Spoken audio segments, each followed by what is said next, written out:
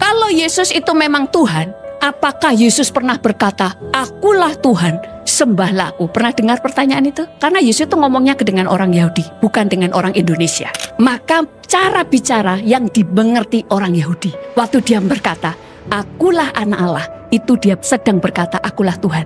Waktu dia berkata, aku dan Bapakku adalah satu, dia sedang berkata, aku adalah Allah. Tapi kalau Yesus berkata, sembahlah aku, cari ayatnya, tidak ada. Memang Alkitab memerintahkan kita menyembah Tuhan. Yesus ya selama menjadi manusia tidak pernah minta disembah. Walaupun murid-muridnya menyembah dan semua orang yang telah melihat mujizat menyembah dia dan berkata, engkaulah Tuhan. Tuhan tidak menolaknya, tapi Tuhan tidak pernah memerintahkan menyembah. Karena dia memberi contoh, jangan gila hormat. Makanya dia adalah Tuhan yang rendah hati. Itu sebabnya justru iblislah di ayat Alkitab yang minta disembah.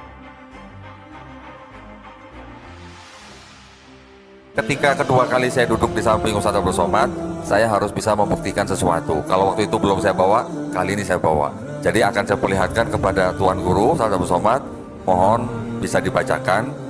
Ini adalah sebuah kitab. Di sini ada tulisan begini Ustadz.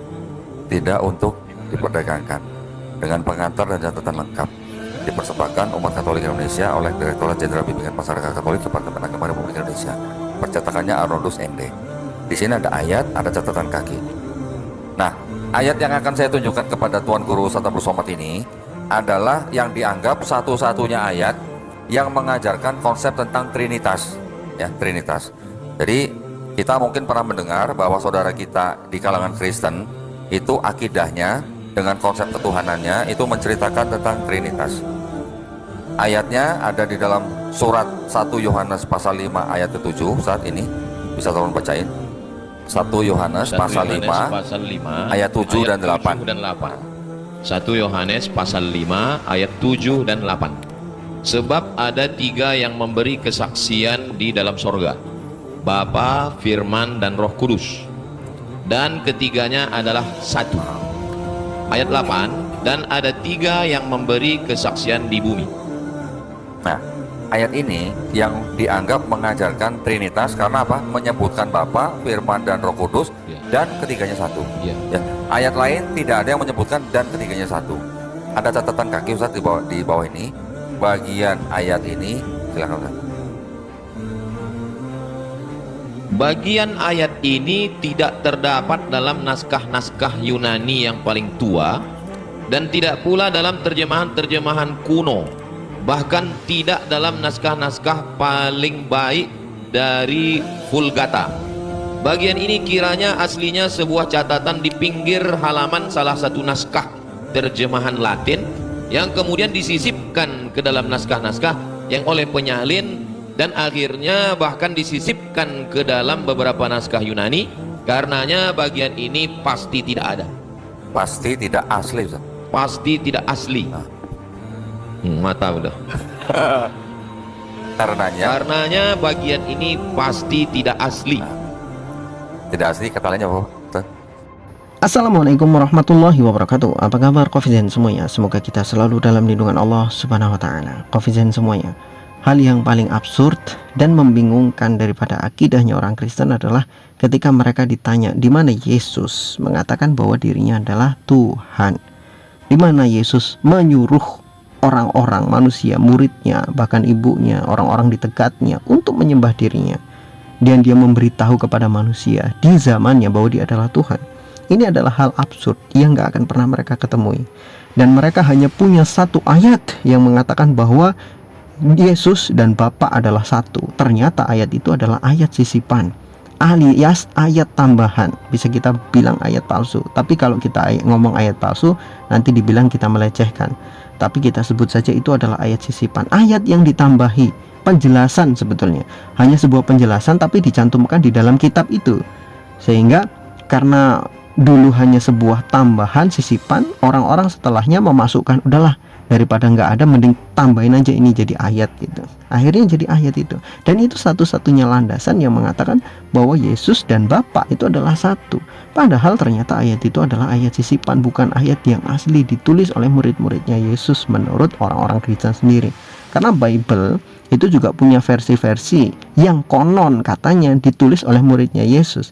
Tapi ternyata setelah diteliti lagi, bukan muridnya Yesus yang menulis, tetapi wartawan-wartawan, hanya ahli sejarah yang menuliskan sejarah kehidupan Yesus, kesehariannya Yesus. Karena orang-orang Kristen butuh sebuah dokumen untuk menjadikan Yesus sebagai Tuhan, maka tulisan-tulisan tentang Yesus, sejarah Yesus, kehidupan Yesus dikumpulkan jadi satu, kemudian dianggap sebagai kitab suci, maka disebut sebagai Bible. Bible itu adalah kata jamak dari Biblos, yang artinya kumpulan daripada kitab-kitab. Nah, kumpulan daripada kitab-kitab ini disebut sebagai Perjanjian Baru, karena Perjanjian Lamanya adalah kitabnya orang Yahudi, yaitu kitab Tanakh, yang kemudian diklaim sebagai kitab Perjanjian Lama oleh orang Kristen.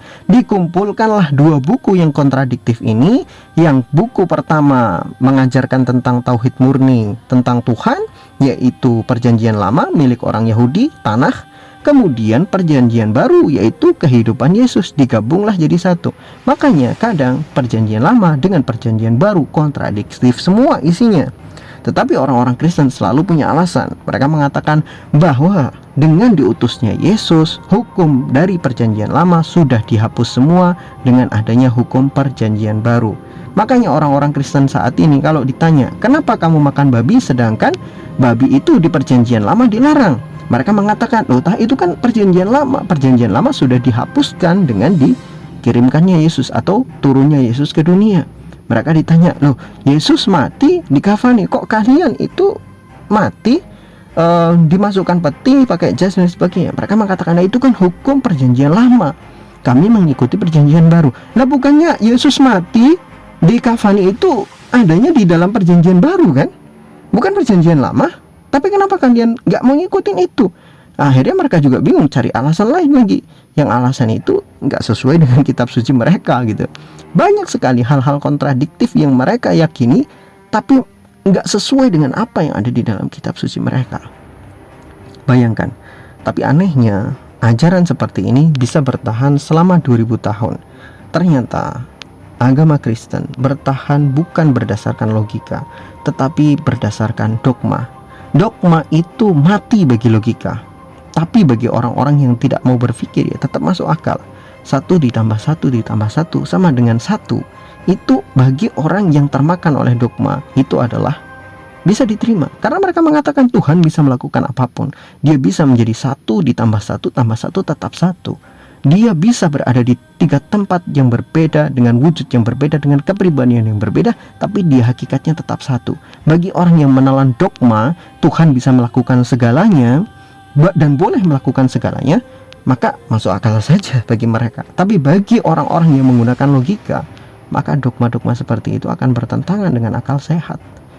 Sebagai contoh begini, ketika ada orang Kristen mengatakan Yesus itu mati di tiang salib untuk menebus dosa manusia, karena manusia ini harus dikasihani, mereka banyak dosa, maka Yesus harus menebus dosanya dengan mati di kayu salib. Pertanyaannya, manusia dengan setan dosanya lebih banyak mana? Kan lebih banyak setan, ya toh? Kenapa Yesus tidak menyelamatkan bangsa setan dengan cara menjelma jadi setan dan disalib dalam bentuk itu? Kan gitu, kan kita pakai logika toh. Kalau kita ngomong berarti Yesus itu rasis juga gitu masalahnya. Mohon maaf, bukan menghina, tapi secara logika kan begitu. Kenapa hanya menyelamatkan manusia, sedangkan bangsa setan tidak diselamatkan, padahal dosa mereka lebih banyak daripada manusia? Nah kan, jadi pertanyaan yang nggak ada habisnya akhirnya gitu loh. Makanya tadi kita mengatakan bahwa dogma itu mati di logika. Ketika kita menggunakan akal sehat, dogma itu nggak mempan sama sekali. Makanya bersyukurlah kalian wahai orang-orang beriman yang imannya didasarkan kepada logika. Makanya Al-Quran menjelaskan kepada kita semua, syarat orang beriman dan imannya dianggap sah adalah berpikir dan berakal. Orang yang tidak berakal, tidak berpikir, imannya tidak sah di dalam Islam. Artinya orang beriman harus gunakan akal. Wallahu a'lam bishawab. Semoga bermanfaat.